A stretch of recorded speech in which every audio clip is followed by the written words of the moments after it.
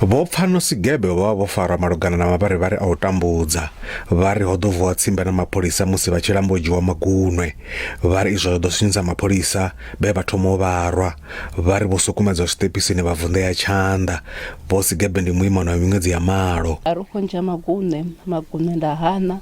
ari zwi amba uri ngori ndi khou hana u dzhiwa magunwe u khou mpfara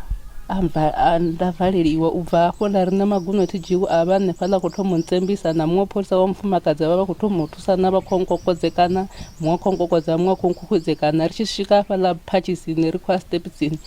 ho muṅwe wa pholisa wa munna a vha khou nkhukhwidza a sathu nkhukhwidza vele o thoma ngo mmanya thumbu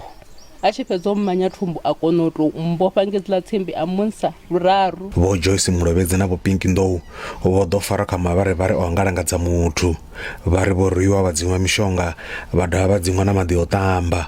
vhuvhili havho vha kha dzilafho ḽa vhulwadze ha doledza. Nda lala ndi songo ḽa philisi ndi songo ḽa tshithu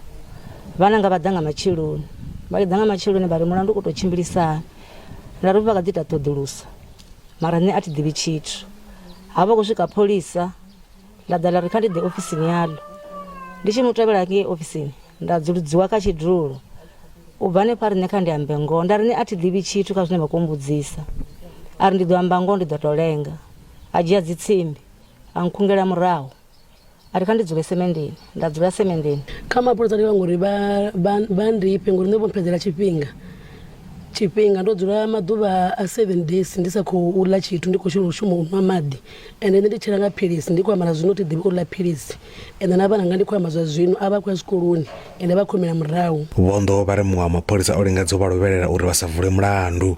vha tshiimiswa tsha Independent Police Investigative Directorate vha ri vha khou dzudzulusa fhungo iḽo zwo ralo vhafumakadzi avha vha nnḓa nga beili. Lutendo Bobori, SABC News, Vuwani.